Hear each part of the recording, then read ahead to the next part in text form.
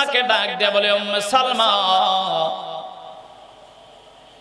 জান্নাতি হুরের মধ্যে এমন কয়েকটা গুণ নাই যে কয়েকটা গুণ দুনিয়ার মুসলমান বিবিদের মধ্যে আছে। উম্মে সালমা জানতে চাইলেন, নবী রে, এমন কি কারণ, যেই কারণের কারণে, যেই বৈশিষ্ট্যের, যে গুণের কারণে আমরা হুরের চাইতে দামি হয়ে গেলাম? আল্লাহর নবী সরকারে দো আলম ডাক দিয়ে বলেন, উম্মে সালমা, তোমাদের কয়েকটা আমলের কারণে জান্নাতে হুরের চাইতে তোমরা দামি। তোর মধ্যে একটা গুণ, একটা বৈশিষ্ট্য, একটা আমল, লিসলাতিহিন্না ওয়া লিসিয়ামিহিন্না ওয়া লিইবাদাতিহিন্না লিল্লাহ। সুবহানাল্লাহ পড়েন। এ উম্মে সালমা, জান্নাতি হুরেরা নামাজ পড়ে না, জান্নাতে গিলমানেরা নামাজ পড়ে না, দুনিয়ার মেয়েরা, দুনিয়ার মুসলমানের বিবিরা নামাজ পড়ে। সুবহানাল্লাহ। আর জোরে কম, আর জোরে বলেন। তোমাদের গোলামি হলো সুবহানাল্লাহ পড়া, তোমাদের গোলামি আলহামদুলিল্লাহ পড়া, তোমাদের গোলামি আল্লাহু আকবার বলা, তোমাদের গোলামি লা ইলাহা ইল্লাল্লাহ পড়া। তোমাদেরকে নামাজের নির্দেশ দেওয়া হয়নি, রোজা রাখার নির্দেশ দেওয়া হয়নি, যাকাতের নির্দেশ দেওয়া হয়নি, তোমাদের পর্দার নির্দেশ দেওয়া হয়নি। দুনিয়ার মানুষকে নামাজের জন্য নির্দেশনা দেওয়া হয়েছে। দুনিয়ার বান্দারা যখন আল্লাহু আকবার বলে দাঁড়িয়ে আমার সামনে আত্মসমর্পণ করে দাঁড়িয়ে যায়, দণ্ডায়মান হয়ে যায়। এর দুনিয়ার মুসলমান, এই নামাজের মধ্যে সমস্ত ফেরেশতাদের ইবাদত নামাজের মধ্যে আল্লাহ ঢুকিয়ে দিয়েছে। নামাজের মধ্যে আল্লাহু আকবার আসেনি, বলেন আসেনি? একদল ফেরেশতাদের ইবাদত হলো সারা জিন্দেগি শুধু আল্লাহু আকবার, আল্লাহু আকবার বলা। নামাজের মধ্যে সুবহানাল্লাহ আসেনি। একদল ফেরেশতার কাজ হচ্ছে সারা জীবন সুবহানাল্লাহ পড়া। হায় হায় রে মেরে প্যারে ভাইও, আল্লাহর ফেরেশতাদের মধ্যে কিছু ফেরেশতা আছে বাবা সিজদার মধ্যে পড়ে পড়ে কিয়ামত পর্যন্ত ইবাদত করে। কিছু ফেরেশতা আছে রুকুর মধ্যে যায় সারা জীবন ইবাদত করে। কিছু ফেরেশতা আছে সারা জীবন দণ্ডায়মান অবস্থায় ইবাদত করে। সমস্ত ফেরেশতাদের সমস্ত রকমের ইবাদত দিয়ে আল্লাহ পাক সুন্দর করে নামাজটা গঠন করেছে। শুধু তাই নাই রে ভাই, বান্দা যখন নামাজে দাঁড়ায় যায়, নামাজে দাঁড়ায়া যাওয়া মানে নামাজের মধ্যে রোজার ইবাদত আছে। সুবহানাল্লাহ পড়বেন না বাবা? নামাজের মধ্যে বাবা রোজার ইবাদত আছে না নাই? কেমনে এ বাবা চিন্তা করো, রোজার মধ্যে দিনের বেলা খানা খাইলে তো রোজা ভাঙে না। কি কয়? জোরে কয়। আমি দেখতেছি আপনারা ঘুমায় না সোজা। দিনের বেলা খাইলে রোজা ভাঙে? ভাঙে। নামাজের মধ্যে খাইলে তো আর নামাজ ভাঙবে না। এ আমার দোস্ত, দিনের বেলা রোজা অবস্থায় যেমন খানা খাওয়া হারাম, পানি পান করা যেমন হারাম, পবিত্র হালাল স্ত্রী ব্যবহার করা যেমন হারাম, তেমনি নামাজের মধ্যে বাবা স্ত্রী যদি সামনে বসে যায়, স্ত্রীকে আদর করা নামাজের মধ্যে জায়েজ না হারাম? এ বাবা নামাজের মধ্যে এক গ্লাস পানি খাইলে তো নামাজ ভাঙে না। বাবা রোজার মধ্যে পানি খাইলে যেমন রোজা ভেঙে যায়, খানা খাইলে যেমন রোজা ভেঙে যায়, বাবা নামাজের মধ্যে খানা খাওয়া যায় না। বোঝা গেল নামাজের সাথে রোজার সাথে মিল আছে না নাই? আরো জোরে কোন আছে না নাই? এ আমার দোস্ত, নামাজের মধ্যে হজ আছে। এ দোস্ত, হজ করতে গেলে বাবা তোয়াফে জিয়ারত করতে হয়। তোয়াফে জিয়ারত করার সময় বাইতুল্লাহ সামনে থাকে কি থাকে না? বাইতুল্লাহ দেখে দেখি বাবা আল্লাহর বান্দারা তোয়াফ করে, উমরা করে, হজ করে। এ বান্দা খাঁটি ইমানদাররা যখন নামাজে দাঁড়ায়া যায়, আনতা আবুদাল্লাহ কাআন্নাকা তারাহু, আনতা আবুদাল্লাহ কাআন্নাকা তারাহু ফাইন লাম তাকুন তারাহু ফাইন্নাহু ইয়ারাক। আল্লাহু আকবার বলে। বান্দা তুই মনে করবি তুই বাইতুল্লাহ আমার ঘরের সামনে নিয়া। আমরা সবাই বাবার নামাজ পড়ি বাইতুল্লাহর দিকে হইয়া, জোরে কোন ঠিক কিনা? বাইতুল্লাহর দিকে পিঠ দিয়া বাবা পৃথিবীর কোন জায়গায় নামাজ পড়লে হয় না। একমাত্র মক্কা শরীফে বাইতুল্লাহ শরীফের দিকে পিঠ দিয়া নামাজ পড়লে নামাজ হয় না। পৃথিবীর কোন জায়গা নাই যেই জায়গার মধ্যে বাইতুল্লাহকে পিঠ দিয়া নামাজ পড়লে নামাজ হয়। বাইতুল্লাহ সবার সামনে, চেহারার সামনে থাকতে হয়।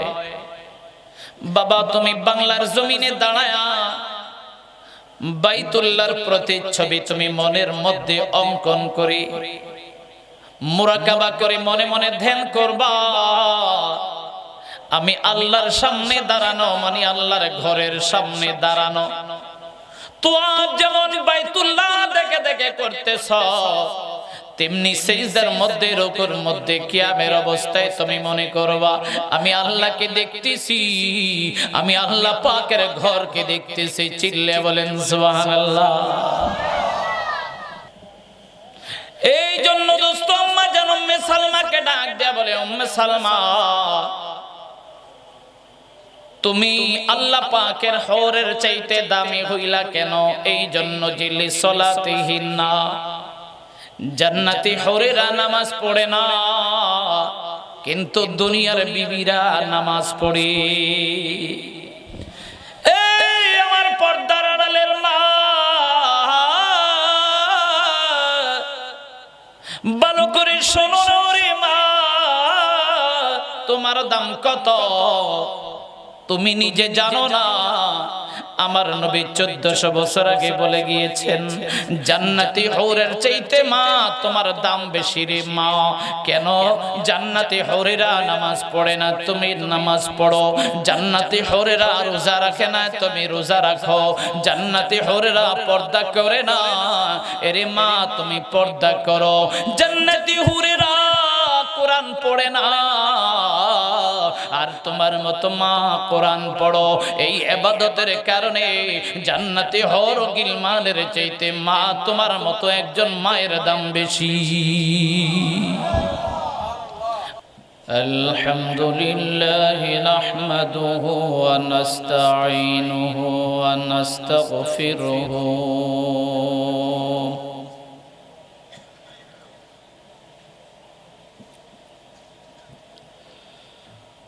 ونستغفره ونؤمن به ونتوكل عليه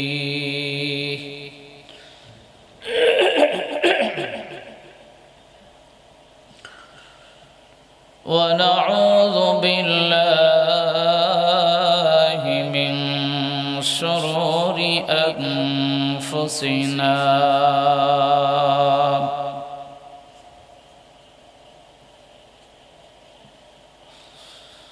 ومن سيئات أعمالنا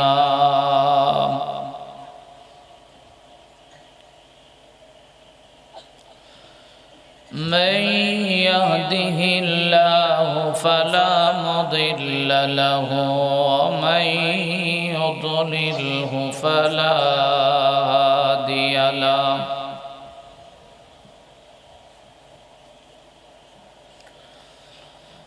ونشهد أن لا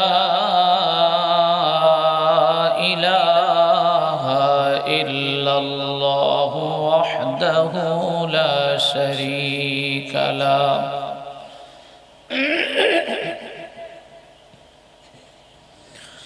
ونشهد أن سيدنا وسندنا وحبيبنا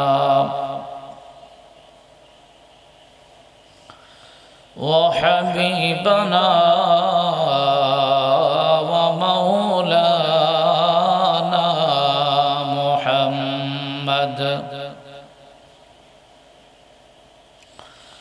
أما بعد فأعوذ بالله من الشيطان الرجيم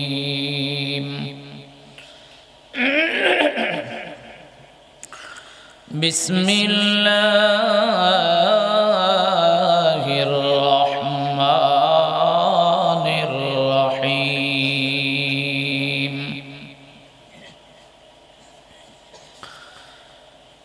ومن يطع الله ورسوله فقد فاز فوزا عظيما وقال تعالى ياسين والقرآن الحكيم إنك لمن المرسلين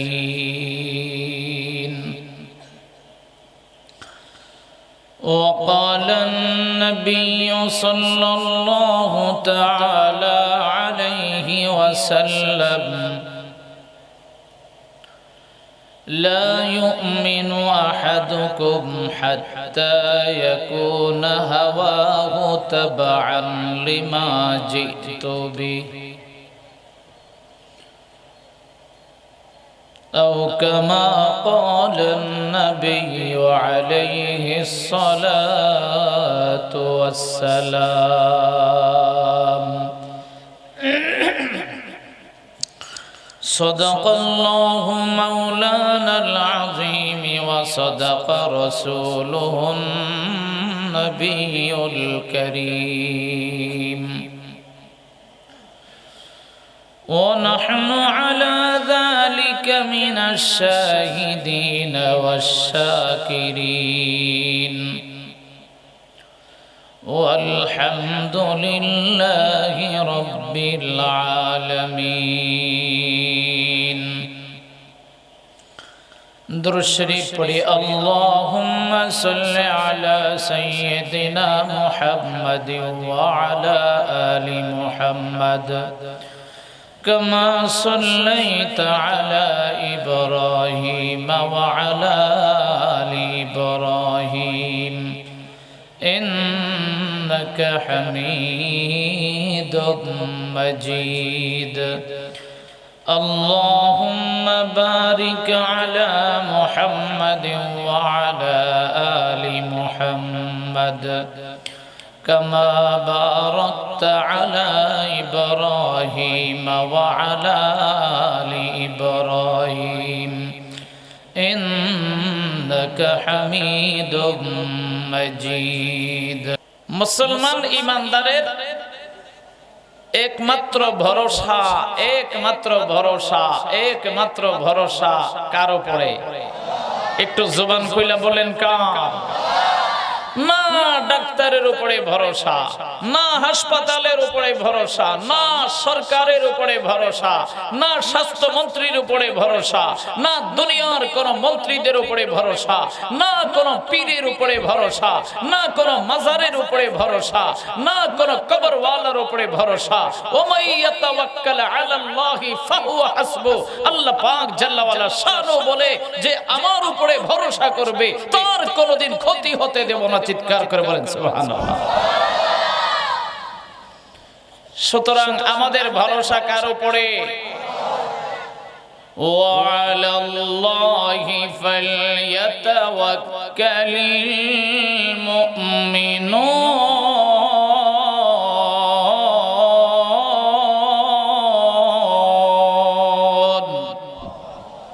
ইমানদারের জন্য উচিত হলো একমাত্র আল্লাহ পাকের উপরে তাওয়াক্কুল করা। আর আল্লাহ পাকের উপরে যার তাওয়াক্কুল থাকবে তার কোনো ক্ষতি হবে না। তাইলে ভাই এবার আমরা সকলে আওয়াজ দিয়ে বলি, আমাদের তাওয়াক্কুল, আমাদের ভরসা কার উপরে? সন্দেহ আছে? সন্দেহ আছে? তাইলে ইনশাআল্লাহ করোনা ভাইরাসের ভয়ও আমাদের নাই, কিচ্ছু করবে না, কিচ্ছু করবে না। দোস্ত, মুসা আলাইহিস সালামের একজন শত্রু ছিল, বড় মারাত্মক শত্রু। এই শত্রুর নাম হলো ফেরাউন। কি নাম? ফেরাউন। ফেরাউনের অত্যাচার, জুলুম, নির্যাতন। আমার বিষয় কিন্তু আরেকটা, আমি একটু টাচ দিতেছি, মোমেনদের ভয় নাই। আল্লাহ তাআলা মুসা আলাইহিস সালামকে বললেন যে আল্লাহ, এই বাহিনী, ফেরাউনের বাহিনী, এদের অত্যাচার, নির্যাতন, জুলুমে তো অতিষ্ঠ হয়ে গেলাম, কি করা যায়? তো আল্লাহ তাআলা ওদের উপরে করোনা ভাইরাস দিলেন, ওদের উপরে এক মহামারী দিলেন, ওদের উপরে আল্লাহ পাকের এক গজব আসছে।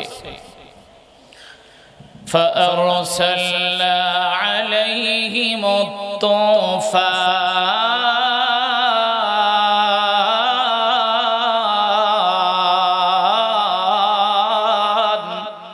আল্লাহু আকবার বলেন। আল্লাহ তাআলা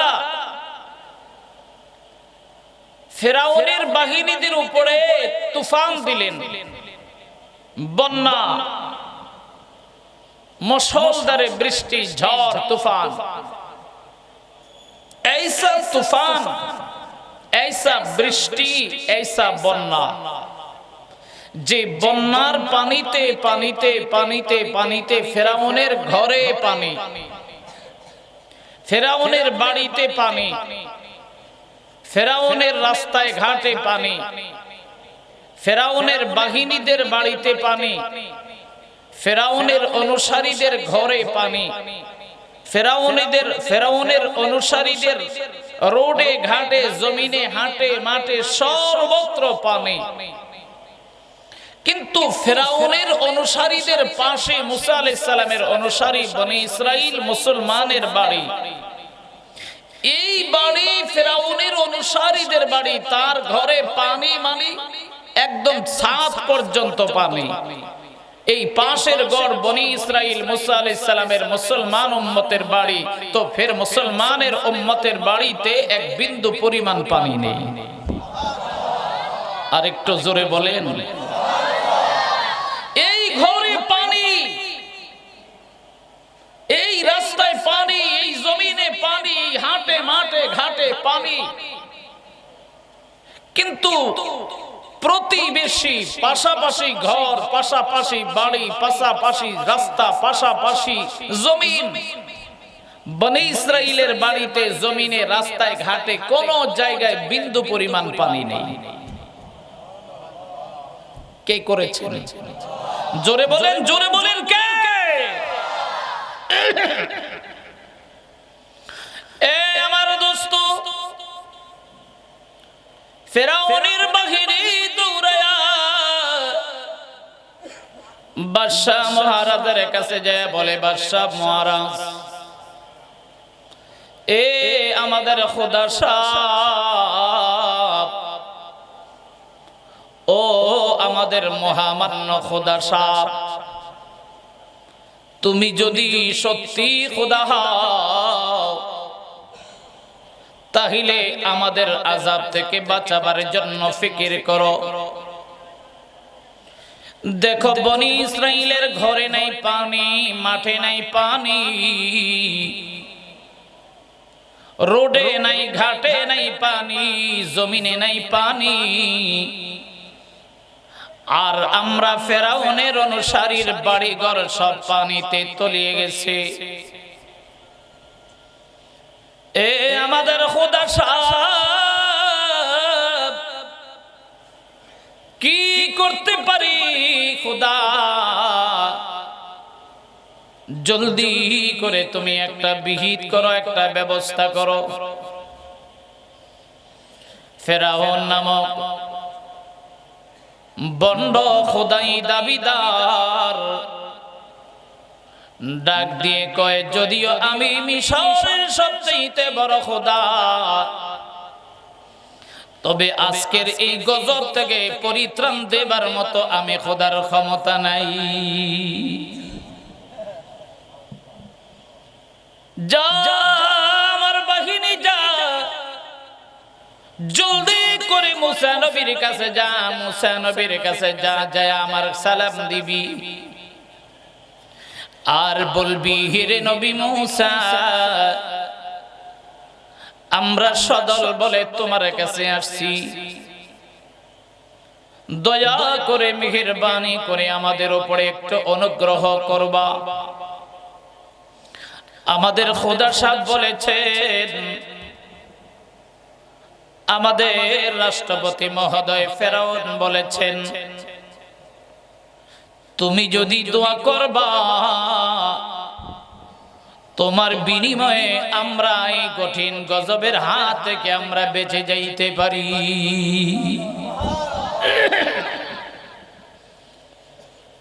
এ নবী মূসা, তবে তুমি মাগনা মাগনা আমাদের জন্য মেহনত করা লাগবে না রে নবী মূসা। তুমি যদি আমাদেরকে এতটুকু নেকরাম করবা, এতটুকুন যদি তুমি আমাদের উপকার করবা, তাহলে তোমার সাথে আমরা ওয়াদা দিলাম, অঙ্গীকার করলাম। এক নম্বর অঙ্গীকার, লানুমিনান্না লাকা, নবী মূসা,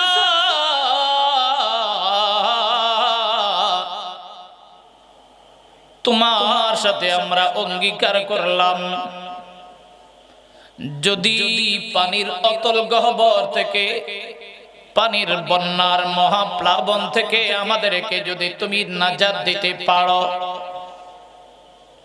তোমার সাথে ওয়াদা করলাম, লানুমিনান্না লাকা, অবশ্যই অবশ্যই তোমার খোদাকে আল্লাহ বলে মেনে নিব। নবী মূসা, যদি আমাদেরকে বন্যার পানি থেকে নাজাত দিতে পারো, তোমাকে আমরা নবী বলে মেনে নিব, ঈমান তোমার উপরে আনয়ন করব। শুধু তাই নয়, ওয়ালানুরসিলান্না মাআকা বনী ইসরাঈল। এ নবী মূসা, তোমার মুসলমান উম্মতের মধ্যে হাজার হাজার মুসলমান নিরপরাধে জালেম বাদশা ফেরাউনের জেলখানায় কারাগারে বন্দী, তোমার সাথে ওয়াদা দিতে পারি, যদি তুমি মহাপ্লাবন থেকে আমাদেরকে নাজাত দিতে পারো, 100% গ্যারান্টি দিয়ে বললাম, তোমার বনি ইসরাইল, তোমার উম্মতকে নাজাত দিয়া দেব, জেলখানা থেকে মুক্তি দিয়া দিব। ওয়াদা করছে কয়টা? বলেন কয়টা? দুইটা। একটা হলো লানুমিনান্না লাকা, ওরা বুঝছে যে আমাদের করোনা ভাইরাস আর মুসলমানের করোনা ভাইরাস নাই কেন। বুঝতেছেন কথা?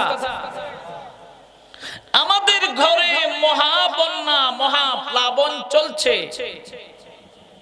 আর মুসলমানের ঘরে বিন্দু পরিমাণ পানি নাই, রাস্তাঘাট জমি জমা সব মরুভূমি শুকনা। বুঝে গেছে ওরা ইমানদার, আমরা বেঈমান। ঘুমাই গেছেন কি আপনারা?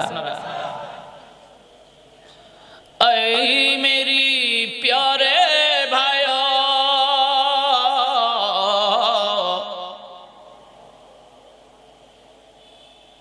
ফিরআউনের বাহিনীরা পরিষ্কার ভাবে বুঝে গেলেন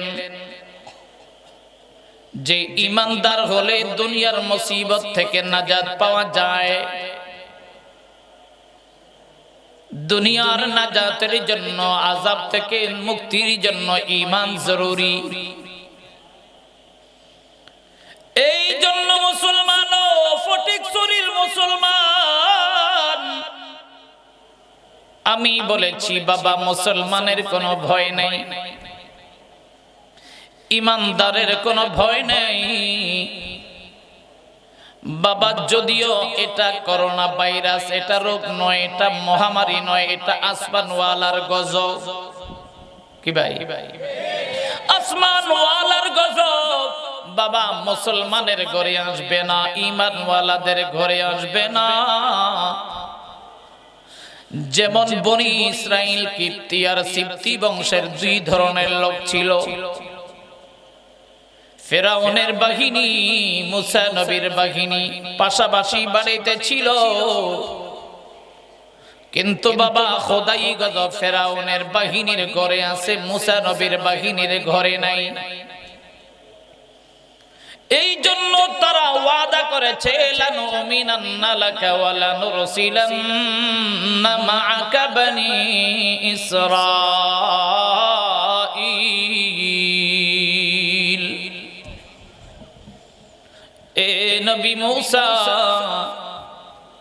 তুমি দয়া করো, আমাদের প্রতি অনুগ্রহ করো। আমরা জানি, আমরা মানি, তোমার সামান্য একটু দোয়া পেলে আমরা মুসিবতের হাত থেকে বেঁচে যেতে পারি। আসলেই তো কথাটা ঠিক না বেঠিক? মুসা আলাইহিস সালাম এক কথা বললেই আজকের এই গজব দূর হইতে। এই অবস্থাটা ছিল শনিবার থেকে শুক্রবার পর্যন্ত। শনিবারে এই বন্যা শুরু হয়েছে। শনি, রবি, সোম, মঙ্গল, বুধ, বৃহস্পতি, শুক্র, কয়দিন? 7 দিন। 7 দিনের সময় দেশের অবস্থা শান্ত। মুসা আলাইহিস সালাম কয়, কিরে খবর কি? তোরা না ওয়াদা করলি ঈমান টিমান বলে আনবি? কয়, দূর মিয়া, ওদা ফাও কথা কইেন না। দেখছেন জমি জামাতে কেমনে ফল ফলন ফসল হইতেছে? আসলে এটা অন্য কিছু না, এটা আমাদের ভাগ্য। এই যে বৃষ্টিতে পানি দিছে, এই পানি দিয়ে আমাদের ভাগ্য আল্লাহ খুলে দিছে। ঘুমাই গেছেন কি আপনারা? ঘুমাইছেন? এবার দোস্ত নবী মুসা ডাক দিয়ে বলে, এ ফিরআউনের বাহিনী, রংবাজি করবা না, তামাশাগিরি করবা না। সময় হলো 3 সপ্তাহ। কয় সপ্তাহ? 3 সপ্তাহ। 3 সপ্তাহের মধ্যে যদি ঈমান টিমান না আনস, আমার মুসলমান উম্মতদেরকে যদি কারাগার থেকে মুক্তি না দেস, তাইলে অবস্থা কিন্তু আগের চাইতে আরো ভয়াবহ হবে। জোরে কোন নাউজুবিল্লাহ, আরো জোরে বলে। এ আমার বন্ধু, বাবারে যেমন বলেছে বাবা তেমন হয়ে গেছে। 3 সপ্তাহ পরে আল্লাহ পাক জাল্লা ওয়া আলা শানুহু ফাআরসালনা আলাইহিমুত তুফান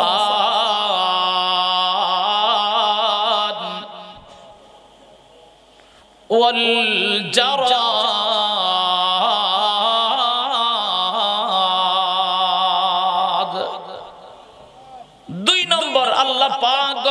পাঠাইলেন। কোরআনের ভাষায় যাকে টিড্ডি, কোরআনের ভাষায় যাকে জারাদ বলা হয়, এ বাবারে বাংলাতে যাকে বলা হয় ফড়িং। আপনাদের চট্টগ্রামে ফড়িং চিনেন? ফড়িং কিন্তু দুই রকমের হয়, একটা পাতার মতো সবুজ কালারের হয়, আরেকটা হলুদ এবং লাল বর্ণের হয়। চিনছেন আপনারা? এই সবুজ বর্ণের যে ফড়িংটা, এটা গাছগাছালি, ফল ফলাদি, জমি, চাষাবাদ, শস্য যা আছে সব বিনাশ করে দেয়। ওই মেরে প্যারে ভাইও, বড় অবাক হওয়ার কাণ্ড।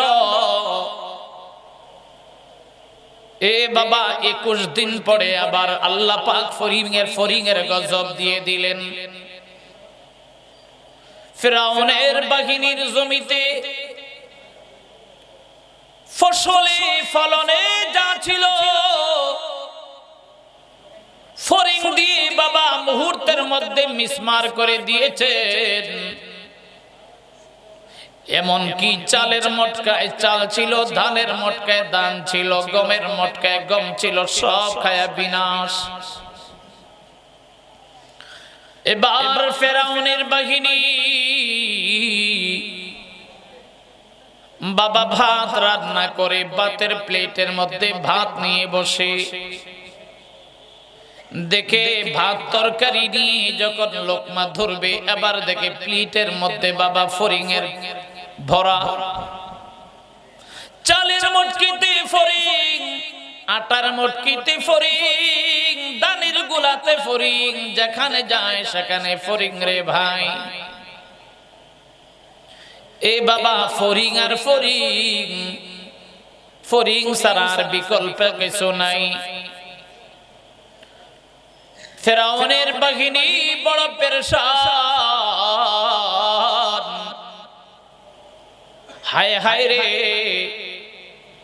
জমিন শেষ করে ফেলেছে ফড়িং এ, গাছের ফলমূল নষ্ট করে দিয়েছে ফড়িং এ, ঘরের চাল ডাল তেল সবজি তরি তরকারি যা আছে খাবার সব বাবা বিনষ্ট করে দিয়েছে ফড়িং এ। এমনকি খেতে বসে প্লেটের মধ্যে বাবা তরি তরকারি নেই, ভাত নেই, বিরিয়ানি নেই,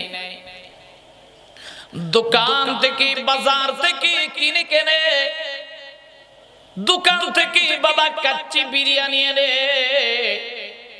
বোনা খিচুড়ির প্যাকেট কিনে ঘরে যখন খেতে বসে, প্লেটের মধ্যে বাবা যখন নেয় তখন আর বিরিয়ানি থাকে না, তখন ফড়িং হয়ে যায়। কি বলেন, ফড়িং কি খাওয়া যায়? বলেন খাওয়া যায়? ফিরআউনের বাহিনী দৌড়ায়া বাদশার কাছে, খোদার কাছে গেছে, ডাক দিয়ে বলি, ও খোদা সাহেব, কেমন খোদা, তোমার অনুসরণ করার কারণে, তোমার অনুসরণ করার কারণে আজ বুঝি আমাদের চাল নাই, ডাল নাই, গম নাই, আটা নাই, খাবারের কোনো বন্দোবস্ত নাই, কোনো সামগ্রী নাই, জমিনের মধ্যে কোনো ফলন নাই, গাছের মধ্যে কোনো ফলমূল নাই। এ বাদশা মহোদয়, কি করতে পারি? তুমি যদি খোদা হও, জলদি করে তুমি আমাদের বাঁচার মতো একটা ব্যবস্থা করো। ফিরআউন ডাক দি বলে, এ আমার অনুসারী, আজকের এই গজব থেকে বাঁচার জন্য আমার অনুসরণে কাজ হবে না, আমার আনুগত্যে নাজাত মিলবে না।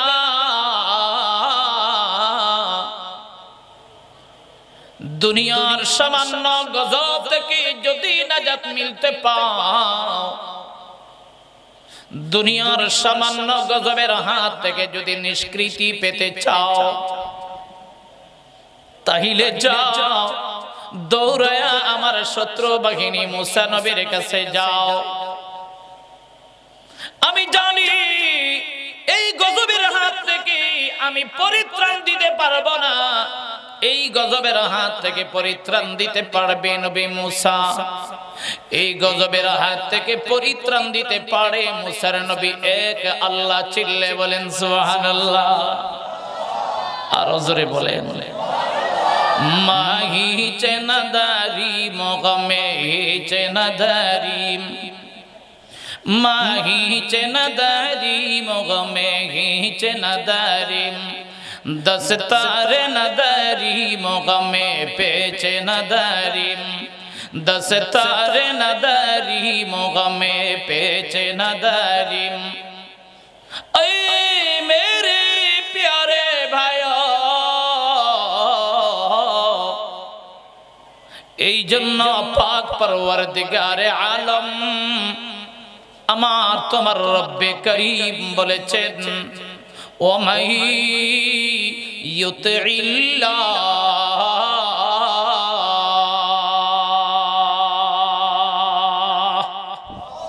আর জোরে বলেন আল্লাহু আকবার। এই দুনিয়ার মানুষ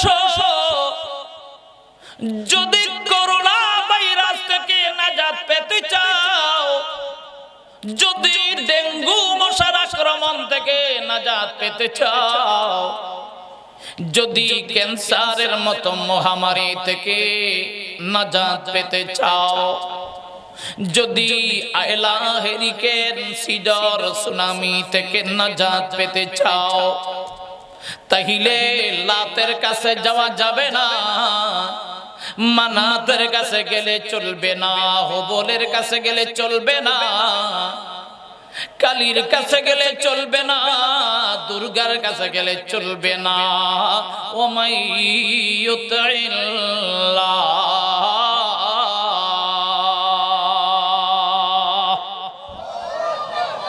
আমার গোলামি করবা, আমার গোলামি করবা, আমার গোলামি করবা, আমার গোলামির বিকল্প কোনো রাস্তা নাই। জোরে বলেন ঠিক কিনা? আমার গোলামি করবা। ওই ফেরাউনের বাহিনী আর মুসা নবীর উম্মতের মধ্যে যেমন আমি ফরক পয়দা করেছিলাম আর তৈরি করেছিলাম, বাবা বড় আজীব কথা। এই তো মুসা নবীর অনুসারীদের বাড়ি বাবা, আবার একই সাথে ফেরাউনের অনুসারীদের বাড়ি। ফেরাউনের অনুসারীদের বাড়ির মধ্যে ফরিংয়ের জন্য ফরিংয়ের উৎপত্তি যাওয়া যায় না, বসা যায় না, শোয়া যায় না, কথা বলা যায় না, খাওয়া যায় না, খাওয়ার কোনো বন্দোবস্ত নাই।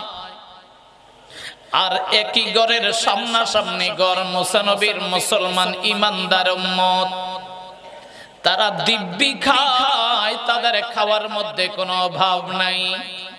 তাদের ঘরের মধ্যে, তাদের বাড়ির মধ্যে, তাদের চালের মধ্যে, তাদের ডালের মধ্যে ফরিংয়ের কোনো গোষ্ঠী বলতেও নাই। কে করেছেন? আরো জোরে বলেন কে?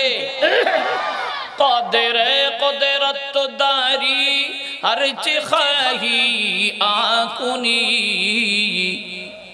কদরে কদরত দারি হর চিখাহি আকুনি, মুর্দারা তো জানে বখশিশ জিন্দারা বেজাকুনি, মুর্দারা তো জানে বখশিশ জিন্দারা বেজাকুনি।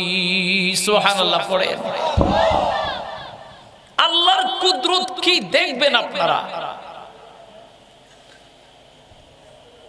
এই পাশে ফেরাউনের ঘর, মানে মিশরের খোদার ঘর। খোদা বলছেন তো বন্ড খোদা, কোন খোদা? জোরে বলে। বন্ড বন্ড খোদা দ্রোহী শয়তান। এই পাশে খোদার ঘর আর এই পাশে খোদার নবীর ঘর। বলেন খোদা বড় না নবী বড়? কথা কয় না। খোদা বড়, আল্লাহ বড় না? এখনো কথা কয় না। কি ভাই, আল্লাহ বড় না? নবীকে যদি কেউ আল্লাহর চাইতে বড় মনে করে তার ঈমান থাকে? এই পাশে খোদার ঘর, এই পাশে নবীর ঘর।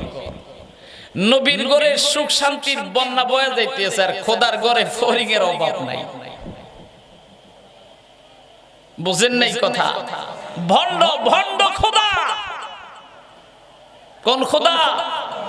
বাটপার খোদা, জালিম খোদা। এ মেরে প্যারে ভাইও, ফিরাউন ডাক দি কয় যে এ আমার বাহিনী যাও, মুসা নবীর কাছে যাও, গিয়ে বলবা আমাদের খোদা সাহেব আপনাকে সালাম জানাইছে, এইবারের জন্য আমাদেরকে মাফ করে দেন। প্রয়োজন বোধে 300 টাকার স্ট্যাম্পের মধ্যে দস্তখত দিয়ে দিব।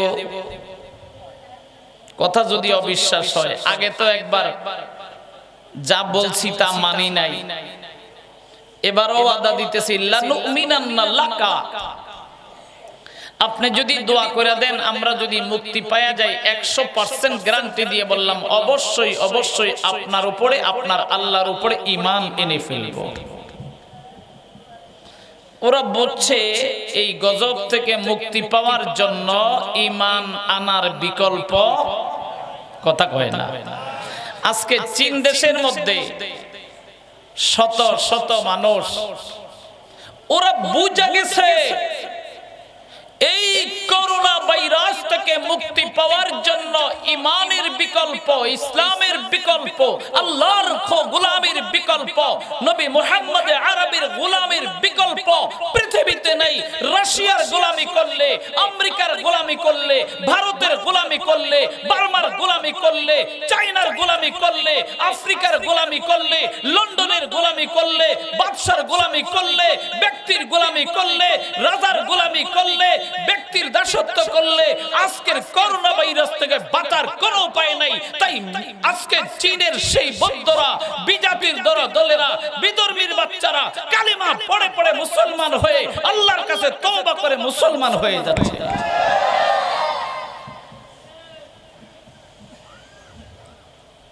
আমি আপনাদেরকে প্রমাণ করতেছি এই ঘটনা আজকে না, এই করোনা ভাইরাস থেকে আমি বলেছি মুসলমানকে আল্লাহ নাজাত দিবেন, সুবহানাল্লাহ পড়েন। আমি তার বাস্তবতার উপরে উদাহরণ নিয়ে আসছি নবী আলাইহিস সালাম, নবী মুসা আলাইহিস সালামের জিন্দেগীর কথা। বুঝতেছেন আপনারা?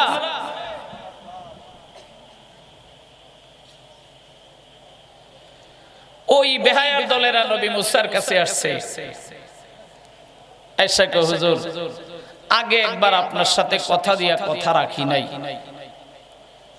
এবার আবারও ওয়াদা করতেছি আপনি আমাদের জন্য একটু দোয়া করেন। আবার ওয়াদা দিলাম আমরা ঈমান আনবো, আপনার মুসলমান বাহিনীদেরকে আমাদের কারাগার থেকে নাজাত দিব। মুসা আলাইহিস সালাম আল্লাহ পাকের কাছে দোয়া করছেন, দোয়া করতে দেরি আল্লাহ পাক ফরিং এর গজব থেকে নাজাত দিতে দেরি হয়নি। আরেকটু জোরে কোন ওই করোনা ভাইরাসের নাজাত থেকে মুক্তির জন্য রাস্তা কয়টা? বলেন কয়টা? যারা ঈমানদার তারা তওবা করবে, যারা বেঈমান তারা কালেমা পড়ে ঈমান এনে খাঁটি মুসলমান হবে। রাস্তা একটা, জোরে বলেন ঠিক কিনা? আল্লাহর গোলামি ছাড়া, নবী মুহাম্মদের গোলামি ছাড়া এই করোনা ভাইরাসের আক্রমণ থেকে, ডেঙ্গু মশার আক্রান্ত থেকে, ক্যান্সারের মতো মহামারীর আক্রান্ত থেকে, আল্লাহর গজবের হাত থেকে বাঁচার জন্য পৃথিবীতে ভিন্ন কোনো রাস্তা নাই, একটাই রাস্তা, আল্লাহর গোলামি স্বীকার করতে হবে। নবী মুহাম্মদ রাসূলুল্লাহর গোলামির জিঞ্জির তার গলার মধ্যে লাগাইতে হবে। জোরে বলেন ঠিক কিনা? এই জন্যই তো আল্লাহ তাআলা বলতেছেন ওয়া মাইয়ুতিল্লাহ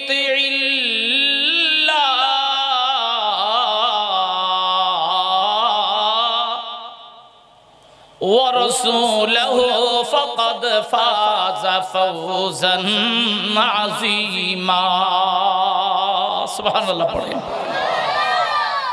আজ যদি করোনা ভাইরাস থেকে নাজাত পেতে চাও, দুনিয়ার জিंदगी-কে কামিয়াবির জিंदगी বানাইতে চাও, শান্তিময় জিंदगी যদি বানাইতে চাও, সফলতার জিंदगी যদি বানাইতে চাও, তো মরার পরেও যদি আখিরাতের জিंदगी-কে সফলতার জিंदगी, কামিয়াবির জিंदगी, নাজাতের জিंदगी, ইজ্জত ওয়ালা জিंदगी যদি বানাইতে চাও, তো রাস্তা দুইটা। জোরে বলেন কয়টা? জোরে বলেন কয়টা? এক হলো আল্লাহ পাকের গোলামি, এক নম্বর কার গোলামি? দুই নম্বর রাসূল পাক সাল্লাল্লাহু আলাইহি সাল্লামের গোলামি। এই দুইটা গোলামি করো। আল্লাহ পাক জাল্লা ওয়ালা শানু বলেছেন ফাকাদ ফাযা ফাওজান আযীমা। ও 100% বা মুরাদ হো জায়েগা। 100 থেকে 100% দুনিয়ায়ও নাজাত পেয়ে যাবে, আখিরাতের জিंदगी-তেও কবরের মধ্যে সফলতা, হাসরের ময়দানে সফলতা, মিজানে আমলকে ওজন করতে গিয়া সেখানে সফলতা, পুলসিরাতের 3000 বছরের দৈর্ঘ্য এই সেতু পাড়ি দিতে গিয়া ওখানেও সফলতা, ফের জান্নাতের মধ্যে গিয়া সফলতা, পরকালে যত ঘাটি যাবে সব ঘাটিতে সফলতা আর সফলতা। চিৎকার করে বলেন সুবহানাল্লাহ। তাইলে নাজাত আর সফলতা ভারতের গোলামির মধ্যে আছে, বলেন আমেরিকার গোলামিতে আছে, রাশিয়ার গোলামিতে আছে, ইরানের গোলামিতে আছে, আফ্রিকার গোলামিতে আছে, পাকিস্তানের গোলামিতে আছে না? মেরে প্যারে ভাইও, গোলামি চলবে এক সত্তার গোলামি। এই বাড়ি যার, এই জমিন যার, এই জমিনে থাকতে হলে তারই গোলামি করতে হবে। জোরে বলেন ঠিক কিনা? বলেন এই জমিন কার? আর চিল্লিয়ে বলেন কার? আপনি বলতেছেন আপনার, আমি বলতেছি আমার। জমিন এইটাই, জমিন এইটাই। এই জমিনের মধ্যে আমার বড় বাপ, আপনাদের এলাকায় কি কয়? দাদার বাপেরই কি কয়? হ্যাঁ, আমার বড় বাবাই থাকতে ওই জায়গাটা আমার। বড় বাবাই মারা যাওয়ার পরে আমার দাদা এসে কয় এই জায়গা আমার। আমার দাদাই মারা যাওয়ার পরে আমার বাবাই কয় এই জায়গা আমার। আমার বাপে মারা যাওয়ার পরে আমি বলি এই জায়গা আমার। আমি মারা যাওয়ার পরে আমার ছেলে বলবে এই জায়গা আমার। আমার ছেলে মারা যাওয়ার পরে আমার নাতি বলবে এই জায়গা আমার। আমার নাতি মারা যাওয়ার পরে আমার পতি বলবে এই জায়গা আমার। আমার পতি মারা যাওয়ার পরে আমার সতী বলবে এই জায়গা আমার। তো যেই জায়গার 50 জন দাবিদার হয়, মালিক হয়, বোঝা গেল এই জায়গার মালিক অরিজিনাল কেউ না। কথা কয় না? যেই জায়গা নিয়ে গন্ডগোল লাগছে, আপনি কোর্ট কাছারিতে মামলা করছেন, একটা জায়গার যদি 20 জন দাবিদার হয়, হাকিম সাহেব বলবে তোরা সব বাটপার, এই জায়গা তোরা একজনেরও না। অরিজিনাল জায়গার এতজন মালিক হইতে পারে না। আল্লাহ তাআলা কয় তোরা যারা বলছো এই জমিন তোর, তুইও ভণ্ড, তুইও মিথ্যুক। এই জমিন আমি কারোর নামে লিখে দেই নাই, এই আসমান কারোর নামে লিখে দেই নাই, এই পাহাড় পর্বত কারোর জন্য লিখে দেই নাই, এই সাগর মহাসাগর কারোর জন্য লিখে দেই নাই। একমাত্র জমিনের মালিক, আসমানের মালিক, পাহাড়ের মালিক, সাগরের মালিক, মহাসাগরের মালিক, নদীর মালিক, দরিয়ার মালিক, কুল কায়নাতের মালিক। চিল্লিয়ে বলেন কে? আরো চিল্লিয়ে বলেন কে? ऐसा एक मालिक जार मालिकाना दिन कोनो दिन परिवर्तन होबे। आरो जोरे बोलेन, वलिल्लाहि मुल्क মালিকুস সামাওয়াতি ওয়াল আরদ। সুবহানাল্লাহ পড়েন। আল্লাহ তাআলা কয় এই জমিন হলো আমার জমিন আমি অল্প কয়েকদিনের জন্য তোর কাছে ভাড়া দিছি। বুঝতেছেন আমার কথা? আপনাদের অনেক কথা আমি বুঝি না, আমারও অনেক কথা আপনারা হয়তো বুঝবেন না, আমিও টেনশনে আছি। আসলে বুঝতেছেন আমার কথাগুলি? মাশাআল্লাহ। ভাইরে, আপনাদের চট্টগ্রাম শহরে একজনের 10 তলা বিল্ডিং করা 20টা ফ্ল্যাট করা 20টা ফ্ল্যাট ভাড়া দেওয়ার জন্য টুলেট লাগাইছে। ভাড়াটি আহ্বান করছে, ভাড়াটিয়ার কাছে এই ফ্ল্যাটটা ভাড়া দেয় শর্ত সাপেক্ষে। এই ফ্ল্যাট আমার, তুমি থাকবা, আমার কথা মানতে হবে, আমি আলটিমেটাম দিলে আমার ফ্ল্যাট ছাড়তে হবে, বিদ্যুৎ বিল, গ্যাস বিল, পানি বিল, সব বিল তোমাকে পেড করতে হবে। কি বলেন? কথা ঠিক না? আল্লাহ তাআলা এই জমিন আমার কাছে আপনার কাছে ভাড়া দিয়েছেন অল্প কয়েকদিনের জন্য। তবে আল্লাহ পাক যেহেতু ধনী, এই জন্য আল্লাহ পাক বলেন আমার জমিনের ভাড়া আমি তোর কাছ থেকে নিব না। আমার বিদ্যুৎ বিল, দিনের বেলা সূর্যের বিদ্যুৎ বিল আমি তোর কাছ থেকে নেব না। রাতের বেলা চন্দ্রের বিল, আলোর বিল আমি নেব না। গ্যাসের বিল আমি তোর কাছ থেকে নেব না। আগুনের বিল তোর কাছ থেকে নেব না। পানির বিল তোর কাছ থেকে নেব না। এই সব আমি তোর কাছে ভাড়া দিয়েছি, মানে খানিকের জন্য ব্যবহারের পারমিশন দিয়েছি। সব কিছু ব্যবহার করার পরে, হাজার হাজার নেয়ামত খাওয়ার পরে একবার খুশি হয়ে যখন আলহামদুলিল্লাহ পড়বি, সব নেয়ামতের বিল পরিশোধ হয়ে যাবে।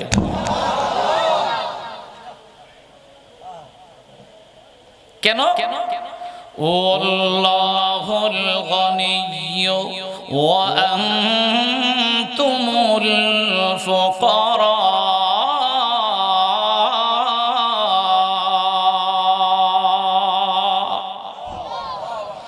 এ আমার দোস্ত, আল্লাহ পাক বলেন দুনিয়ার মধ্যে ধনী বলতে কেউ নাই। তোরা বলস কারুন বড় ধনী, তোরা বলো সাদ্দাত বড় ধনী, তোরা বলো বাংলাদেশের কন্ট্রাক্টর জহিরুল ইসলাম বড় ধনী, তোরা বলো আফতাব টাওয়ারের মালিক যে সে বড় ধনী। না না না, দুনিয়ার মধ্যে কারণ ধনী হতে পারে না, সাদ্দাত ধনী হতে পারে না, নমরুদ ধনী হতে পারে না, Trump, Barack Obama, Clinton, Bush, Blair কেউ ধনী হতে পারে না। নরপিচাস মিস্টার নরেন্দ্র মোদী ধনী হতে পারে না, মনমোহন সিং ধনী হতে পারে না, পৃথিবীর কোন রাজাদের সম্রাট ধনী হতে পারে না।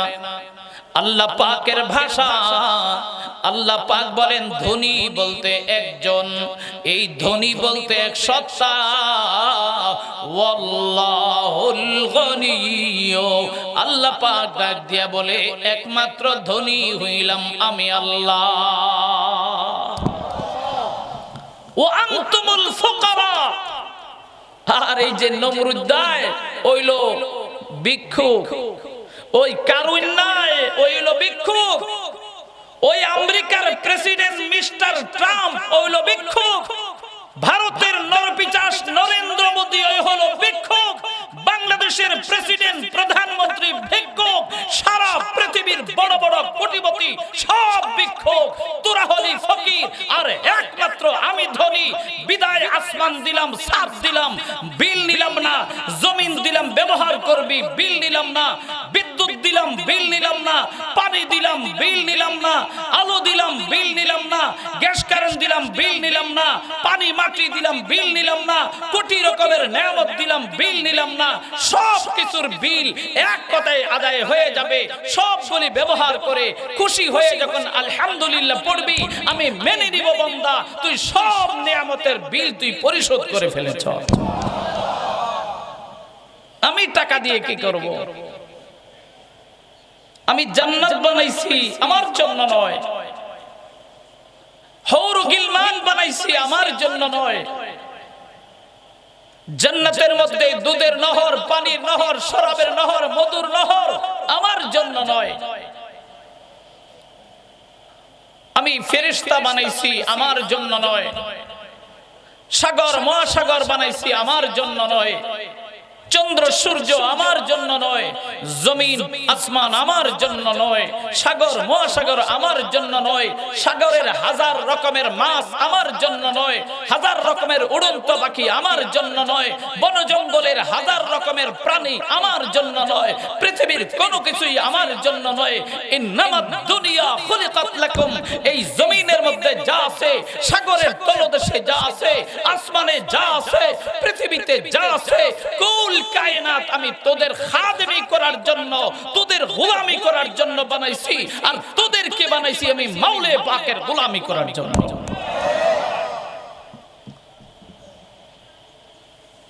হায় হায়, এই জন্য হাদিসে কুদসিতে আসছে, ইন্নী কুনতু কানজিয়ান, ইন্নী কুনতু কানজান মুখফিয়ান, আমি ছিলাম এক গোপনীয় মহামূল্যবান সত্তা। ফাআরাদতু আন আযহারা, আমি চাইলাম আমি আমার নিজেকে আত্মপ্রকাশ করব, আমি আমার পরিচয় পৃথিবীর মানুষকে দেব। ফাআরাদতু আন আযহারা ফাখালাকতুল খালকা, আমি যে এক সত্তা আছি তার বহিঃপ্রকাশ করার জন্য, তার আত্মপ্রকাশ করার জন্য তো ফির আসমান বানাইলাম, জমিন বানাইলাম, পাহাড় বানাইলাম, পর্বত বানাইলাম, মানুষ বানাইলাম। এই মানুষ হচ্ছে সব সৃষ্টির মাখন। মেরে প্যারে ভাইও সুবহানাল্লাহ পড়েন। এক 3.5 হাত বড়ির মধ্যে এক আত্মা হচ্ছে বেমিসাল দামি। এই 3.5 হাত বড়িকে যদি কয়েক কোটি বার, কয়েক কোটি বার, কয়েকশো কোটি বার যদি বিক্রি করা হয়, মেরে প্যারে ভাইও, এই আমার ছোট্ট ভাই না, সারা পৃথিবী কয়েক কোটি বার যদি বিক্রি করা হয়, একজন ইমানদারের ইমানের দাম দেওয়া যায় না।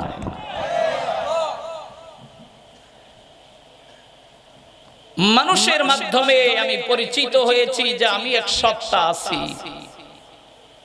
কিভাবে বুঝবি আমি যে এক সত্তা আছি? তো আসমানের দিকে তাকা, জমিনের দিকে তাকা, পাহাড় পর্বতের দিকে তাকা।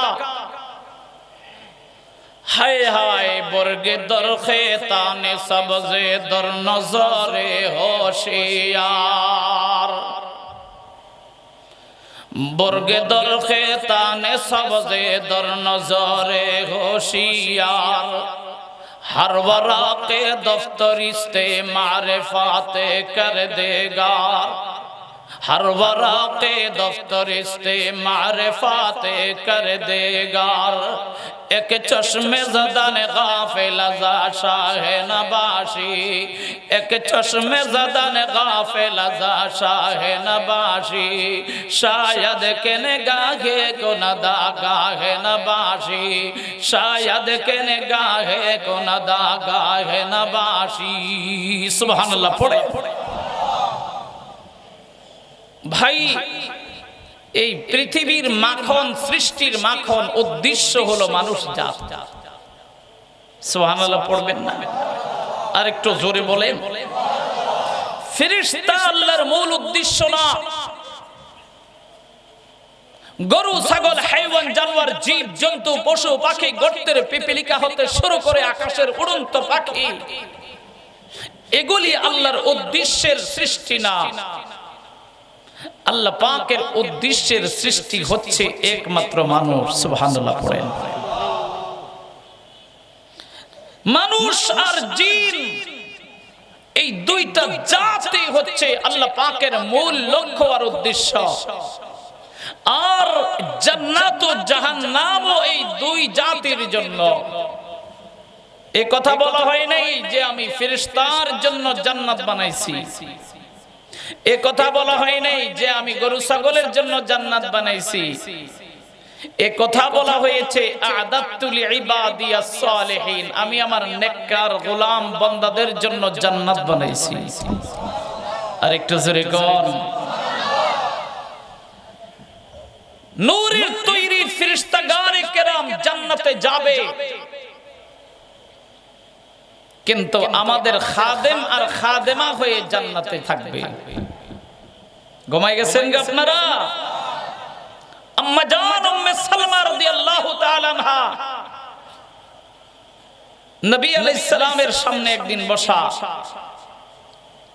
নবী আলাইহিস সালাম জান্নাতের হুর ও গিলমানের আলোচনা করতেছেন। আম্মা জান উম্মে সালমা বলতেছেন যে হুজুর, আজ তো আমাদেরকে অনেক ভালোবাসেন, পেয়ার করেন, আদর করেন, জান্নাতে গেলে জান্নাতি হুর পায়া, রমণী পায়া, সুন্দরী সুন্দরী হুর গিলমান পায়া তো আমাদেরকে ভুলা যাবেন, আমাদের কথা তো আর মনে থাকবে না। নবী আলাইহিস সালাম বলেন, না উম্মে সালমা, কি বলো, কেন তোমাদেরকে ভুলবো, তোমাদের দাম কি কম? তো উম্মে সালমা জিজ্ঞাসা করেন, নবী জানতে বড় ইচ্ছে হয়, নিসাউদ দুনিয়া আফজালু আম হুরিল ঈন, দুনিয়ার মুসলমান বিবিরা এরা বেশি দামি হবে না জান্নাতি হুর আর গিলমানেরা দামি হবে? নবী আলাইহিস সালাম বলছেন, বল নিসাউদ দুনিয়া আফজাল, মুসলমানের ঈমানদার বিবিরা জান্নাতি হুর আর গিলমানের চাইতেও হাজার হাজার কোটি কোটি গুণ বেশি দামি হয়ে যাবে। চিন্তা করে নে আমার পর্দার আড়ালের মা, কান খুলে শোনো কি বলতেছেন নবী আলাইহিস সালাম। যে মহিলারা মাসে 10 দিন পর্যন্ত নাপাক থাকে, যে মহিলাদের পেশাব হয়, পায়খানা হয়,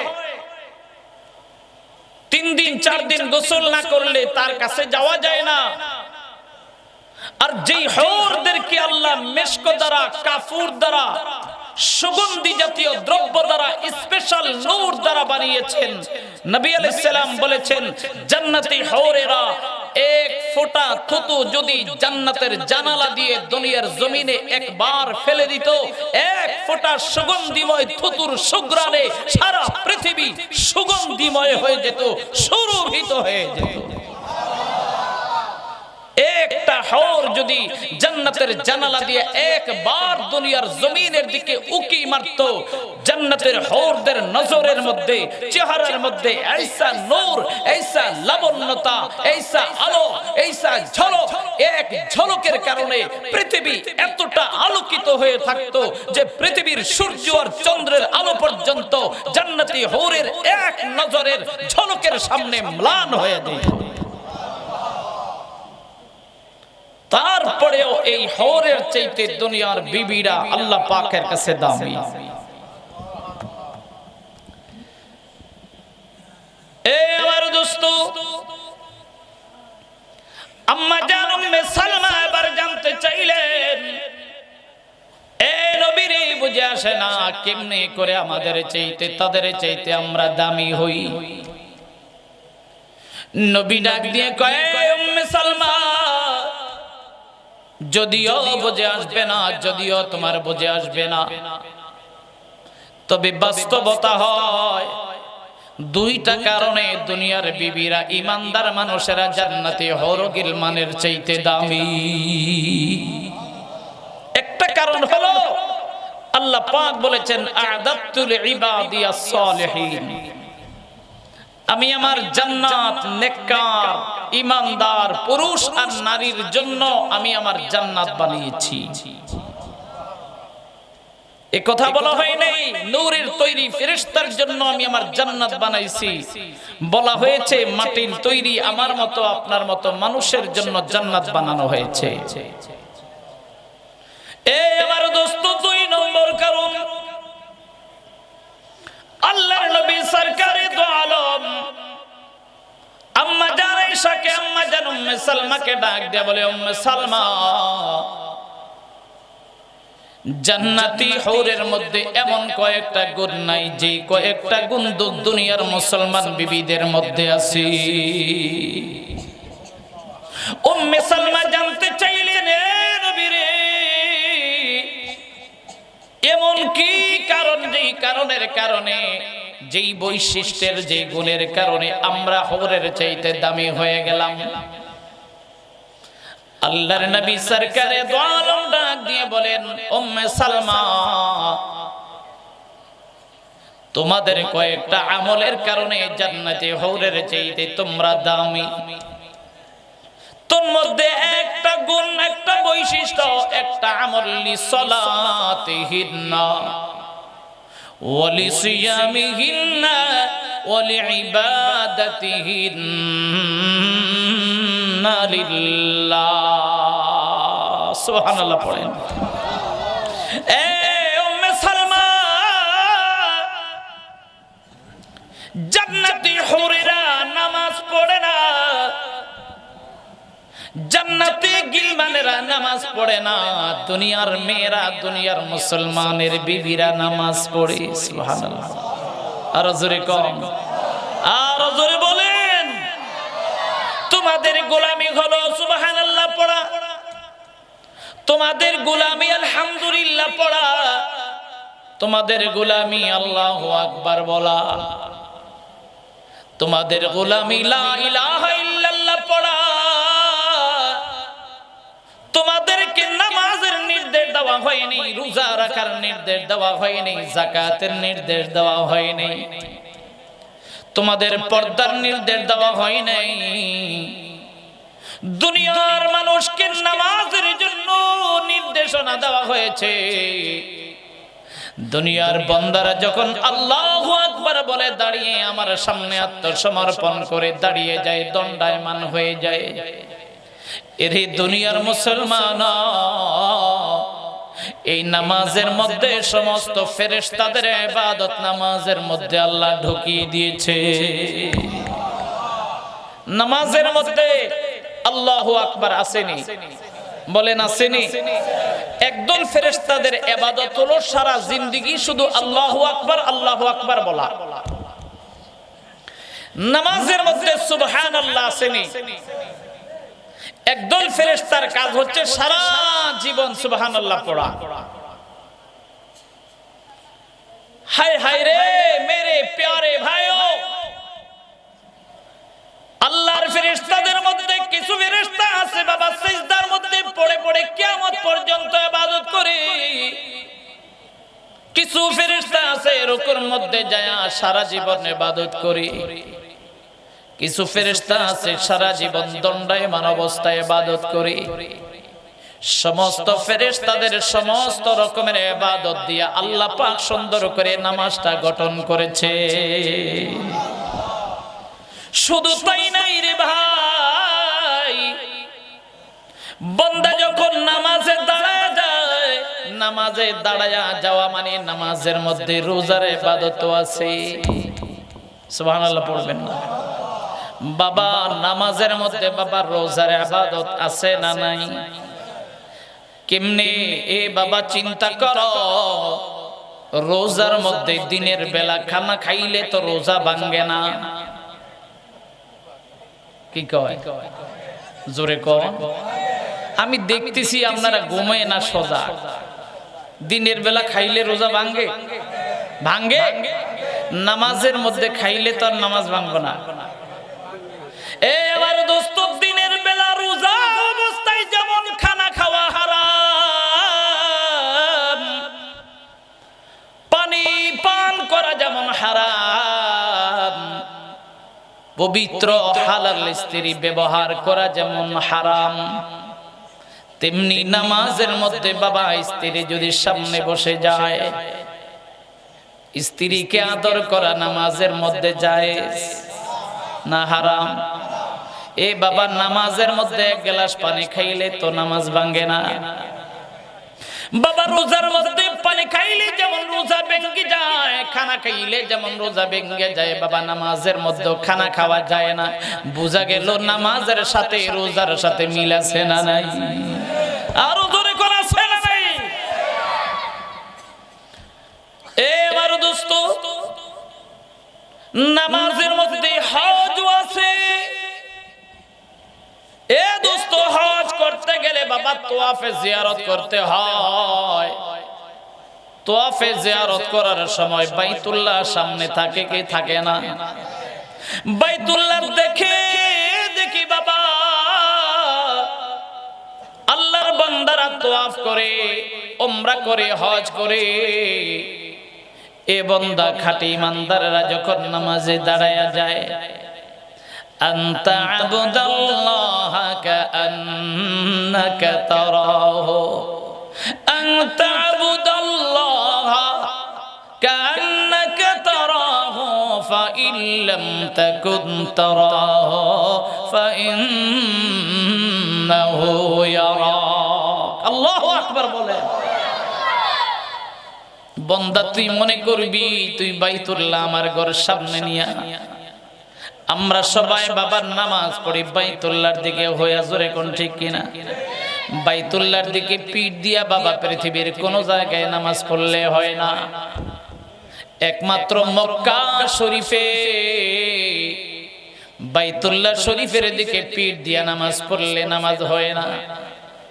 পৃথিবীর কোন জায়গা নাই যেই জায়গার মধ্যে বাইতুল্লাহকে পিঠ দিয়া নামাজ পড়লে নামাজ হয়। বাইতুল্লাহ সবার সামনে, চেহারার সামনে থাকতে হয়। বাবা তুমি বাংলার জমিনে দাঁড়ায়া বাইতুল্লাহর প্রতিচ্ছবি তুমি মনের মধ্যে অঙ্কন করে মুরাকাবা করে মনে মনে ধ্যান করবা। আমি আল্লাহর সামনে দাঁড়ানো মানে আল্লাহর ঘরের সামনে দাঁড়ানো। তোয়াফ যেমন বাইতুল্লাহ দেখে দেখে করতেছ, তেমনি সিজদার মধ্যে, রুকুর মধ্যে, কিয়ামের অবস্থায় তুমি মনে করবা আমি আল্লাহকে দেখতেছি, আমি আল্লাহ পাকের ঘরকে দেখতেছি। চিল্লে বলেন সুবহানাল্লাহ। তাইলে এই নামাজের মধ্যেও হজের সাদৃশ্য আমল আছে না নাই? নামাজের মধ্যে যাকাত আছে। যাকাত দিতে টাকা খরচ হয়। এ বাবা নামাজের মধ্যে একটা ফরজ হলো 17 টাকা। কি টাকা? জোরে কর। এ বাবা 17 টাকা হলো নামাজের একটা ফরজ। যাকাত দিতে টাকা খরচ হয়, আবার 17 ঢাকার কাপড় কিনতেও টাকা খরচ হয়। জোরে কর। এ আমার দোস্ত রে, এই জন্য পৃথিবীর ইবাদতের মধ্যে রাজা, পৃথিবীর ইবাদতের মধ্যে বাবা রাজা ইবাদতের নাম নামাজ। কথা কয় না? নামাজের মতো কোন ইবাদত বাবা আল্লাহর কসম পৃথিবীতে নাই। এই জন্য মেরে প্যারে ভাইয়া, রোজাকে জান্নাতের চাবি বলা হয় না, যাকাতকে বাবা জান্নাতে যাওয়ার চাবি বলা হয় নাই, তিলাওয়াতে কোরআনকে বাবা জান্নাতে যাওয়ার চাবি বলা হয় নাই, কিন্তু নামাজকে বাবা জান্নাতে যাওয়ার চাবি বলা হয়েছে। তার মানে কারোর কাছে যদি রোজা থাকে, হজ থাকে, যাকাত থাকে, পর্দা থাকে, দুনিয়ার সব ইবাদত থাকে, কিন্তু বাবা যদি নামাজ তার কাছে না থাকে, বুঝতে হবে জান্নাত কামাইছে বটে, কিন্তু জান্নাতে যাওয়ার চাবি তুমি কামাইতে পারো নাই। এই জন্য পৃথিবীর ইবাদতের মধ্যে আমার আল্লাহর সমকক্ষ যেমন নাই, আমার নবী মুহাম্মদ রাসূলুল্লাহ সাল্লাল্লাহু আলাইহি ওয়াসাল্লাম নবীদের মধ্যে, মানবের মধ্যে যেমন তার সমকক্ষ নাই, তেমন ইবাদতের মধ্যে নামাজের সমকক্ষ কোনো ইবাদত নাই। কথা বুঝেন নাই? এই জন্য দোস্ত আম্মা জান উম্মে সালমাকে ডাক দেয়া বলে, উম্মে সালমা তুমি আল্লাহ পাকের হরের চাইতে দামি হইলা কেন? এই জন্য জিলি সলাতিহিন্না, জান্নাতি হৌরেরা নামাজ পড়ে না, কিন্তু দুনিয়ার বিবিরা নামাজ পড়ে। এই আমার পর্দার আড়ালের মা,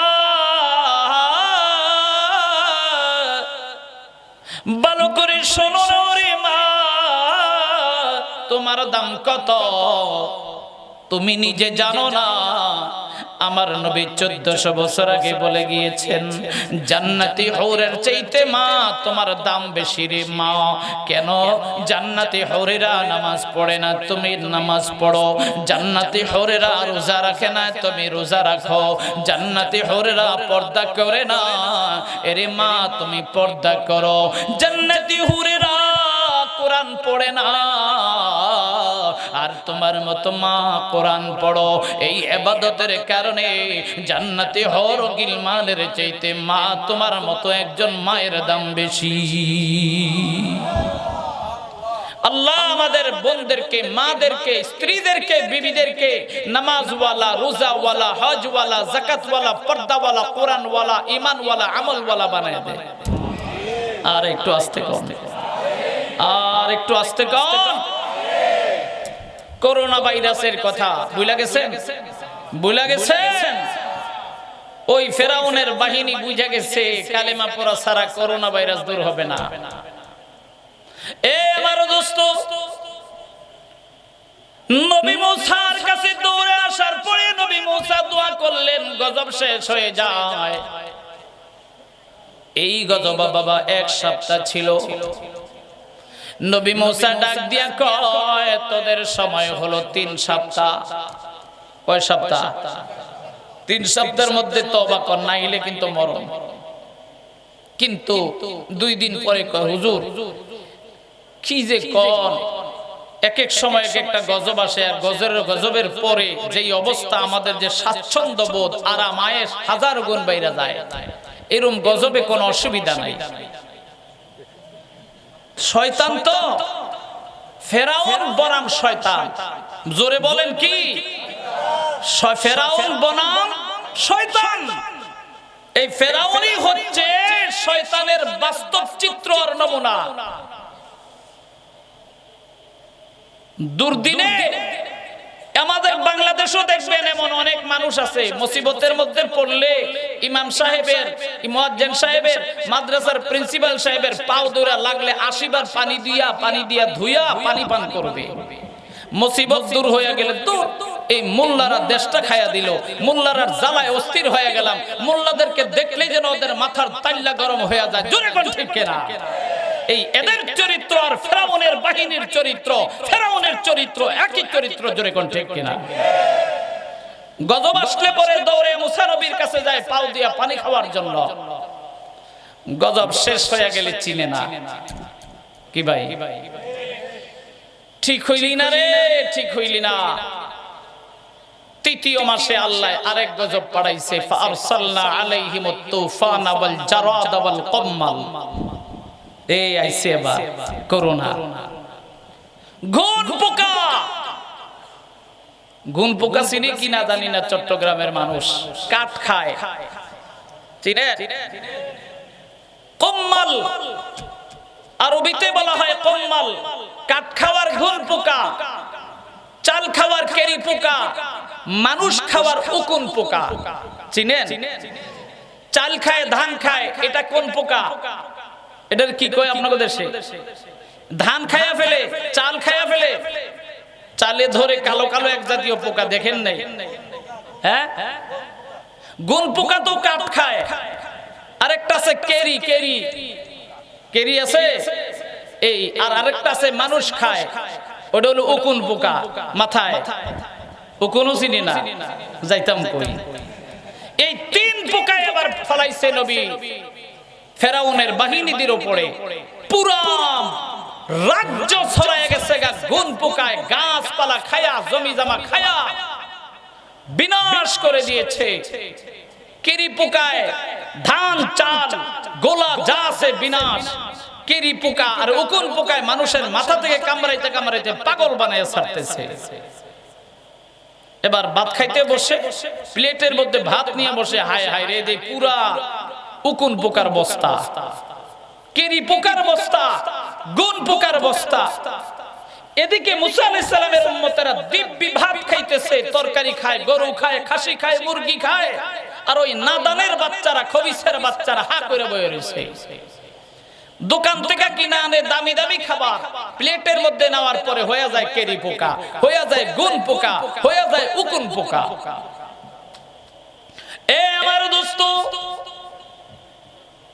ফেরাউনের বাহিনী দৌড়া গয়ে যো খোদা সাহেব, এবার তোমার বাইরে তোমার মাথা ফাটাইয়া দেব, তোমার কারণে আমরা ঝামেলায় পড়ি। দুইবার মুসা নবীর কাছে পাঠাইছে, এবার যাইতে পারবো না, জলদি কইরা তুমি সমাধান দাও, না হয় কিন্তু তোমার পিঠা একটাও নিচে পড়বে না। ফেরাউন ডাক দিয়ে কয়, আমার বাহিনী, এই মোল্লা মৌলবীদেরকে আমার দেশে পালি আমি এমনি নয়, এদের দ্বারা আমার কিছু না কিছু উপকার হয়। আমি যেই কাম করতে পারি না, দুনিয়ার মধ্যে মোল্লা মৌলবীরা এই কাজগুলো করে দুনিয়াতে দেখাইয়া দেয়। জোরে কোন ঠিক কিনা? এ দুনিয়ার মুসলমান, পৃথিবীর রাজা বাদশাহ যা করতে পারে না, দুনিয়ার ক্ষমতাধর ব্যক্তিরা যা করতে পারে না, দুনিয়ার বড় বড় বীর বাহাদুরেরা যা করতে পারে না, হক্কানি উলামায়ে কেরামদেরকে আল্লাহ পাক এই ক্ষমতা দিয়েছেন। হক্কানি উলামায়ে কেরাম তা করে দেখাইতে পারে। জোরে কোন ঠিক কিনা? আমাদের ভারতের একজন মস্ত বড় আকাবের ছিলেন, বুজুর্গ, হযরতে মুফতি রশিদ আহমদ গঙ্গুহি রাহমাতুল্লাহ আলাইহি, মস্ত বড় আল্লাহওয়ালা ছিলেন। হযরতে হাজী ইমদাদুল্লাহ মুহাজির মক্কি রাহমাতুল্লাহ আলাইহির খাস খলিফা ছিলেন। তো হযরতের কাছে হযরতের একজন মুরিদ গেছে, যে কান্না শুরু করছে। হযরত বলছে, क्या हुआ बताइए? तो बोलते हजरत आपसे एक गुजारिश लेके आए हैं। क्या गुजारिश है? जल्दी जल्दी करके बताना। बोलो जल्दी करो, बोलो की गुजारिश, की निवेदन? बोले हजरत আমার একটা মেয়ে, যুবতী মেয়ে, এই যুবতী মেয়েটাকে জিন পেয়ে গেছে। জিন, জিন চিনেন তো? নাম শুনেন নাই? জিন দেখছেন না, কিন্তু নাম তো শুনছেন। বড় শক্তিশালী, বড় খবিস। হুজুর আমার মেয়েটার উপরে জিন যখন সওয়ার হয়, উলঙ্গ হয়ে দৌড়াদৌড়ি করে, হুজুর আমার বেইজ্জতির কোনো সীমা থাকে না। এই ভারতবর্ষের বড় বড় যত কবিরাজ, এমনকি ভারত সরকার পর্যন্ত, মন্ত্রী পর্যন্ত গেছি, এরা পিস্তলের ভয় দেখাইছে, রাইফেলের ভয় দেখাইছে, অ্যাটম বোমের ভয় দেখাইছে, পারমাণবিক বোমের ভয় দেখাইছে, গোলা বারুদের ভয় দেখাইছে। কার ভয় কে শোনে? শয়তান কারোর ভয় পায় না। হযরত আমার দিল গওয়া দিতেছে, আপনি একটা তদবির দিলে আমার মেয়েটা সুস্থ হয়ে যাবে। তো হযরত বলতেছেন, नहीं भाई, मैं तो तावीज नहीं देता, ये हमारा काम नहीं है, तावीज আমি দেই না, অন্যদের কাছে যাও। তো হযরতের মুরিদ বারবার ইসরার করতেছেন যে হযরত মেহেরবানি করেন, আমি নিরুপায় হয়ে, নিঃস্ব হয়ে আপনার কাছে এসেছি। অনেক ইসরার করার পরে হযরত অপারক হয়ে কাগজের মধ্যে 1 ইঞ্চি পরিমাণ একটা লেখা দিলেন, দিয়া বলছে, যাও এটা তাবিজের ভিতরে ঢুকায়া তোমার মেয়ের গলাতে ঝুলিয়ে দিবা। এই ছোট্ট একটা 1 ইঞ্চি পরিমাণ লেখা তাবিজের ভিতরে ঢুকায়া গলাতে ঝুলিয়ে দিছে। জিন যে গেছে, আইজো গেছে, কাইলো গেছে, কিয়ামত পর্যন্ত পালায়ে গেছে। ঘুমাই গেছেন গা? জোরে কোন, আর একটু জোরে কোন।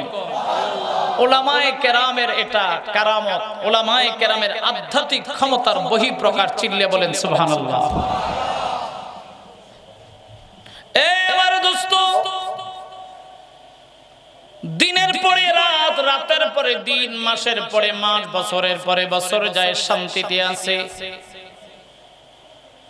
হযরতের মুরিদ চিন্তা করলেন, কি যেন তদবির, কি যেন আমলটা তাবিজের ভিতরে লিখে দিয়েছেন। যদি আল্লাহর ওলি মারা যায়, পরবর্তীতে যদি আমার মেয়ের কাছে আবার জিন শোয়ার হয়, দোয়াটা আমার শিখে রাখা দরকার। দেখি হুজুর কি লিখেছেন। বাবারে,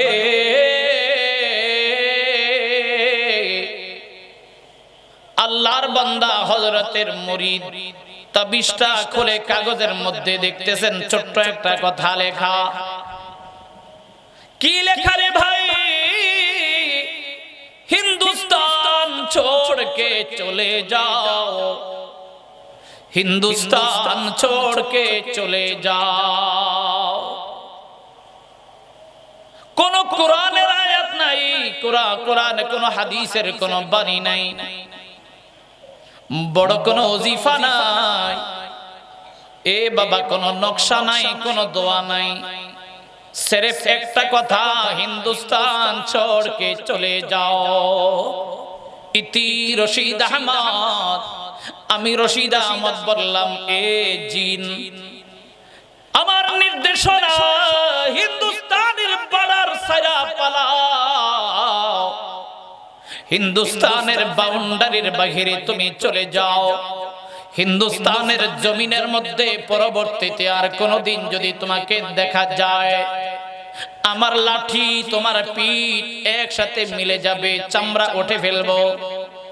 এক সেকেন্ডও তুমি দেরি করবা না, জলদি করে তুমি পালায়া যাও, হিন্দুস্তানের জমিন থেকে পালাও। এই মেরে প্যারে ভাইও, কোনো দোয়া নাই, কোনো আয়াত নাই, কোনো ওজিফা নাই, কোনো তদবির নাই। ভাই একটা কথা লিখে দিয়েছিলেন, এই কথাটার কত দাম, কত দাম, কত দাম, কত ওজন। বাবা একটা কথা শুইনা জিন এমন ভাবে পালাইছে, আল্লাহর ওলির এই মেয়েটা মরণ পর্যন্ত আর কোনোদিন জিনে ধরতে পারে নাই। আর একটু জোরে কও। উলামায়ে কেরামের যদি এই ক্ষমতা থাকে, তো নবী রাসূলের ক্ষমতার কোনো তুলনা হয়? জোরে বলেন। এই আমার দোস্ত, তাইলে আমি বলতে চাই,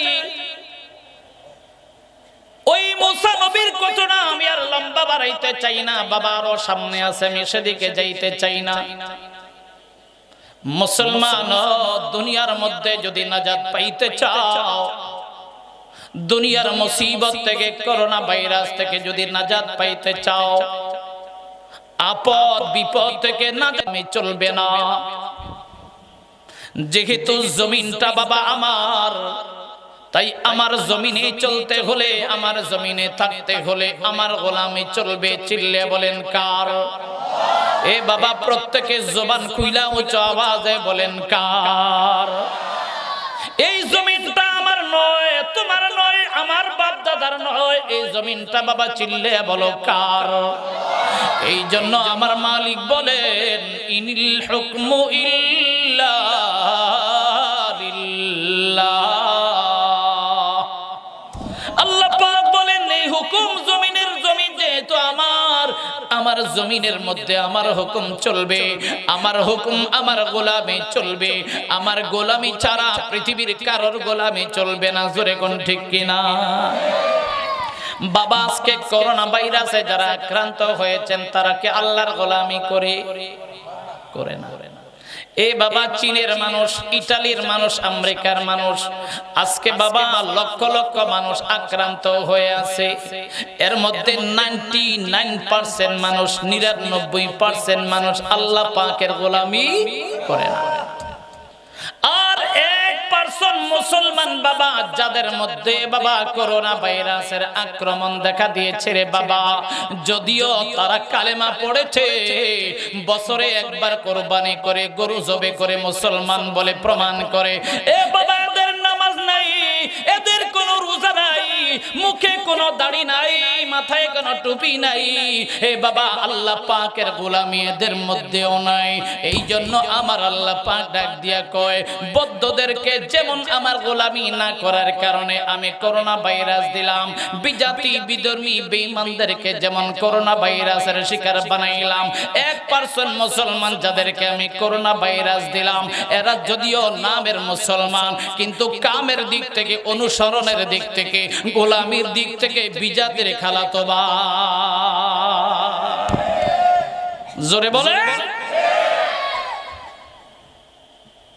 হায় হায় রে, মুসলমানের বিয়া গায়ে হলুদ আছে না নাই? আস্তে কইয়েন, আল্লাহ শুনে গেলে মুশকিল না। গায়ে হলুদ আপনাদের চট্টগ্রামে নাই মনে হয়, ঢাকায় তো অভাব নাই। গায়ে হলুদ তো হাদিসের, বুখারী শরীফের হাদিসে আছে।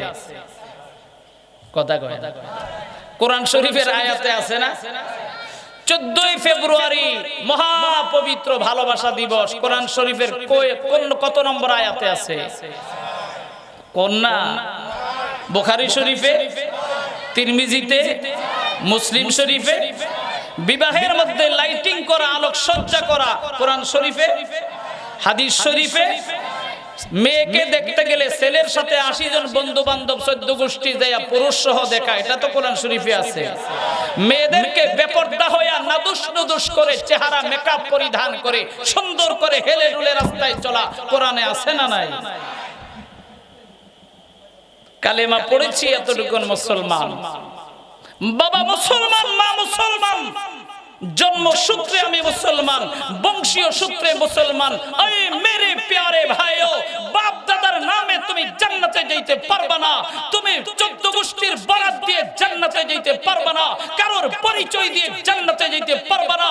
তোমার নিজের ঈমানের উপরে, তোমার নিজের আমলের উপরে, তোমার নিজের বندگির উপরে পরকালের নাজাত মিলবে। তোমার নিজের পরিচয়ের উপরে পরিচিতি লাভ করতে পারলে তো ফের আল্লাহ পাক তোমাকে জাহান্নাম থেকে মুক্তি দিবে। জোরে বলো ঠিক কিনা?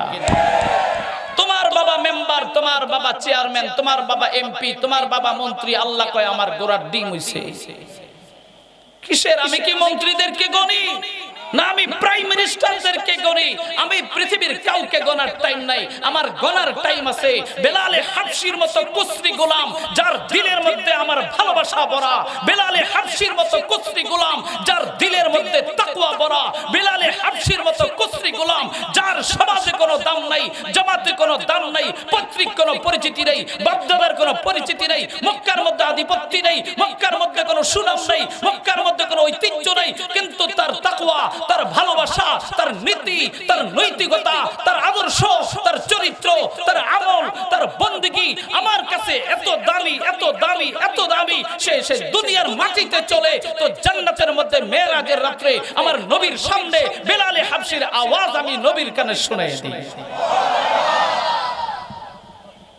বেলালে হাবশি কালো গোলাম, বাইতুল্লাহ যেদিন ফতে মক্কা হয়, মক্কা বিজয় হয়, 10,000 সাহাবায়ে কেরাম নবীর সাথে ছিলেন।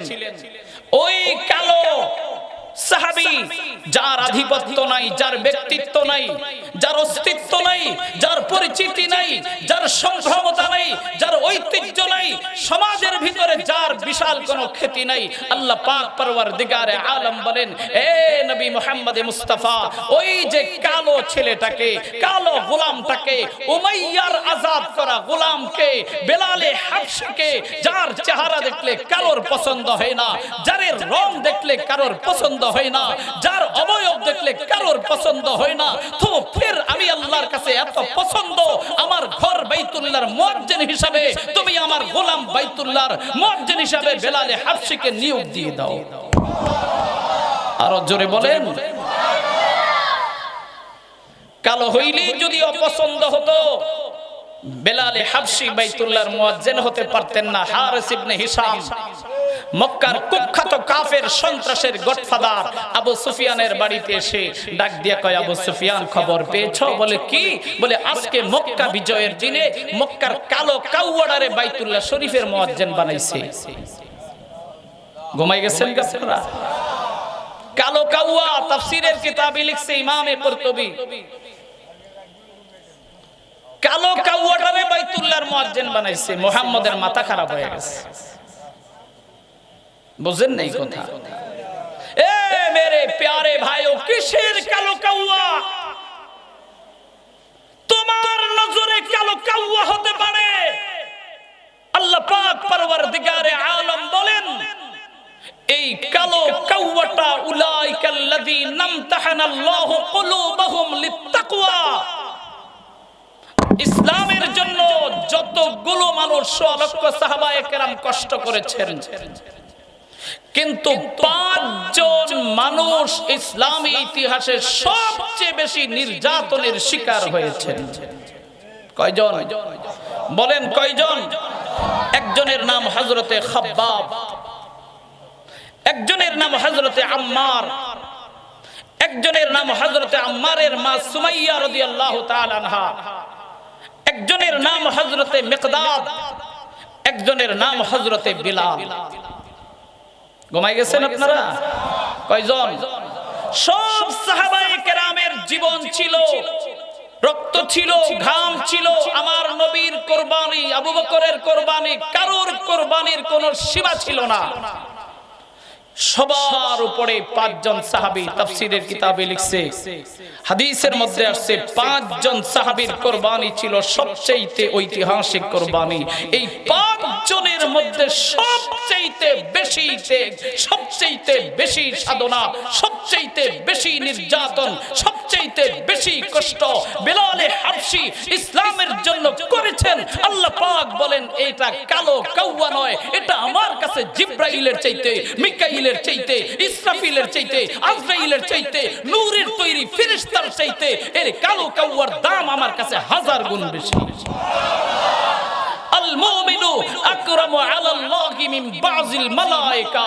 আল্লাহ পাক বলেন এই ধরনের কালো কাউয়াগুলি উলাইকাল্লাযীনা ইমতাহানাল্লাহু কুলুবাহুম লিত্তাকওয়া। উমাইয়া যখন জানতে পেরেছে 10 জন গোলামের মধ্যে বেলাল মুসলমান হয়ে গেছে, 9 জন গোলামকে ডেকে বলেছে, এ 9 গোলাম, তোদের কোনো কাজ নাই, ডিউটি পরিবর্তন করে দিলাম। আজ থেকে মরা পর্যন্ত তোরা বেলালকে যে যত পারবি সে তত নির্যাতন করবি, যত পারবি তোরা মারবি, যে যত কৌশলে নির্যাতন করতে পারস করবি। বেলালকে মারাই হচ্ছে আমার মিশন, বেলালকে কষ্ট দেওয়াই হচ্ছে আমার মিশন, আমার লক্ষ্য। এই মেরে প্যারে ভাইও, বেলালের নির্যাতন দেখে কুকুরের মতো উত্তপ্ত বালিকা ময়দানের মধ্যে গলার মধ্যে শিকল বেঁধে বেঁধে শেষরাইতেছে, টানতেছে। বেলাল আহাদ আহাদ আহাদ বলে চিৎকার করে, ওই করিম খুদা, লা ইলাহা ইল্লাল্লাহ পড়ার শক্তি নাই, তোমাকে আল্লাহ বলে ডাকার শক্তি নাই। আমি আহাদ আহাদ বলে তোমাকে বুঝাইতে চাই, এখনো আমি তুমি আল্লাহ এক এক বলে স্বীকৃতি দিতেছি। হাদিসে আসছে উমাইয়া একবার লোহার পোশাক বানায় বেলালকে গায়ে দেওয়ায়া 55, 52, 56 ডিগ্রি সেলসিয়াস তাপমাত্রা আরব দেশে।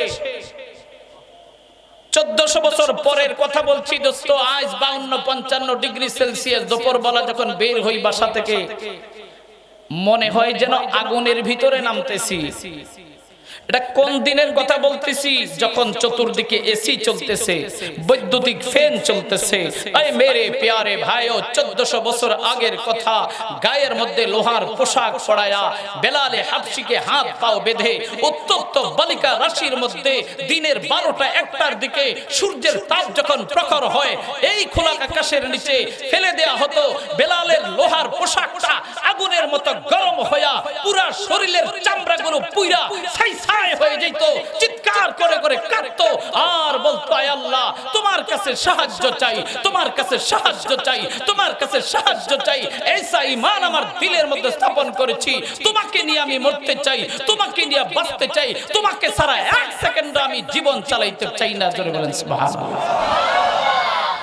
আল্লাহ পাক বলেন, এ নবী মুহাম্মদ, আমি অক্ষরে অক্ষরে উলাইকাল্লাযীনা ইমতাহানাল্লাহু কুলুবাহুম লিত্তাকওয়া, আমি পরীক্ষা দিতে করতে ঝাঁঝরা বানায় দিছি বেলালের দিলকে। আম্মারের দিল কে, মিকদাদের দিল কে, সুমাইয়ার দিল কে, খাব্বাবের দিল কে তো আমি 100% পারফেক্ট পেয়েছি। বিন্দু পরিমাণ লেশ নাই, বিন্দু পরিমাণ খারাপ নাই, বিন্দু পরিমাণ ভেজাল নাই। তাকওয়ার মধ্যে 100 থেকে 100% নাম্বার পাওয়া গেছে। এই কালো গোলামটাকে আমার বাইতুল্লাহর মুয়াজ্জিন বানাই দিবা। বাইতুল্লাহ থেকে যাওয়ার পরে তোমার মদিনাতুল মুনাওয়ারার মসজিদে নববীর মুয়াজ্জিন এই বেলালে হয়ে থাকবে। চিৎকার করে বলেন সুবহানাল্লাহ।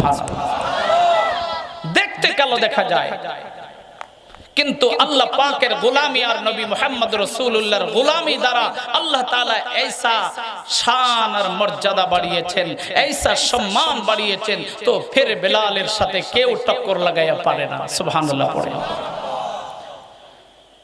আমার ভাই, লম্বা আলোচনা হয়ে গেছে। আমি যে কথা বলতে চাই, মানুষের দাম, মানুষের ইজ্জত, মানুষের সম্মান, মানুষের নাজাত, মানুষের সফলতা, মানুষের কামিয়াবি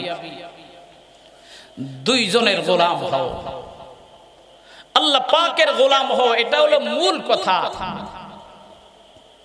মূল হুকুম তো আল্লাহ পাকের। তো নবী মুহাম্মদ রাসূলুল্লাহর গোলাম হওয়ার অর্থ কি? যে আনুগত্য করতে হলে তো দেখতে হয়, অনুসরণ করতে হলে তো দেখতে হয়, তা না হয় অনুসরণ কেমনে করবেন? এই জন্য আল্লাহ পাকের হুকুমের অনুসরণের প্র্যাকটিক্যাল অনুসরণের জন্য দুইটা সিস্টেম আল্লাহ পৃথিবীতে পাঠাইছেন, একটা থিওরিক্যাল, একটা প্র্যাকটিক্যাল। থিওরিক্যাল 30 পারা কোরআন, আর প্র্যাকটিক্যাল জনাবে মুহাম্মদুর রাসূলুল্লাহ সাল্লাল্লাহু আলাইহি ওয়াসাল্লাম। কোরআন সবাই বুঝবে না, সবাই জানবে না, তাই কোরআনের পুরা 30 পারার বাস্তব নমুনার জীবন্ত মানুষটার নামই হচ্ছে আকায়ে নামদার, তাজদারে মদিনা, সরদারে দো আলম, সরকারে কায়নাত, হাবিবে কিবরিয়া, নবিয়ে দু জাহান, আশরাফুল আম্বিয়া, খাতামুন নবিয়্যিন, রাহমাতুল লিল আলামিন, উম্মতের কান্ডারি নবী, আমাদের সকলের প্রিয় নবী, আমাদের মধ্যমণি, আমাদের কলিজার টুকরা, আমাদের নয়নের পুটলি জনাবে মুহাম্মদুর রাসূলুল্লাহ সাল্লাল্লাহু আলাইহি ওয়াসাল্লামের গোলামি কর। ওনার গোলামি মানি হচ্ছে আল্লাহ পাকের গোলামি, আল্লাহ পাকের গোলামি মানি হচ্ছে ওনার গোলামি। সুবহানাল্লাহ পড়েন। এখন 1400 বছর পরে আমরা যারা আসছি, আমাদের তো একই প্রশ্ন যে হুজুর দেখে দেখে আনুগত্য করার কথা, তো এই জন্যই তো নবীর গোলামি করার কথা বলা হলো। তো ফের আমরা তো নবীকেও দেখলাম না, তো আমরা কেমনে করে গোলামি করব? তো আল্লাহ পাক জাল্লা ওয়ালা শানু বলছে, আয় মুসলমানো, ইয়া আইয়ুহাল্লাযীনা আমানু আতিউল্লাহ ওয়া আতিউর রাসূলা ওয়া উলিল আমরি মিনকুম। আগের জামানায় গোত্রে গোত্রে, বংশে বংশে, এলাকায় এলাকায়, দেশে দেশে, রাষ্ট্রে রাষ্ট্রে এক একজন নবী আমি পাঠাইতাম। ওই নবীকে দেখে দেখে উম্মতেরা অনুসরণ করে ফলো করে জান্নাতের মালিক হতো। এ দুনিয়ার মুসলমানও, আমার নবী মুহাম্মদ যেহেতু শেষ নবী, ওনাকে দেখে অনুগত করার সুযোগ নাই। কাজে ওনাকে যে দেখেছে আবু বকর, আবু বকরকে দেখে অনুসরণ করো। আবু বকরকে যে দেখেছে তাবেঈ, তাকে দেখে অনুসরণ করো। তাবেঈকে যে দেখেছে তাবে তাবিন, তাকে অনুসরণ করো। তাবে তাবিনকে যে দেখেছে তাকে দেখে অনুসরণ করো। তাকে যে দেখেছে তাকে অনুসরণ করো। এক কথা, কিয়ামত পর্যন্ত আনেওয়ালা নবীর সুযোগ্য হক্কানি উত্তরসূরি উলামায়ে কেরাম যারা, এরাই হচ্ছে নবীর নমুনার, জিন্দেগীর নমুনার বাস্তব চিত্রওয়ালা মানুষ। এদের অনুসরণ করলে নবীর অনুসরণ হবে, নবীর অনুসরণ হলে আল্লাহর অনুসরণ হবে। আল্লাহর অনুসরণ যারা হবে দুনিয়ায়ও কামিয়াব, আখিরাতেও কামিয়াব।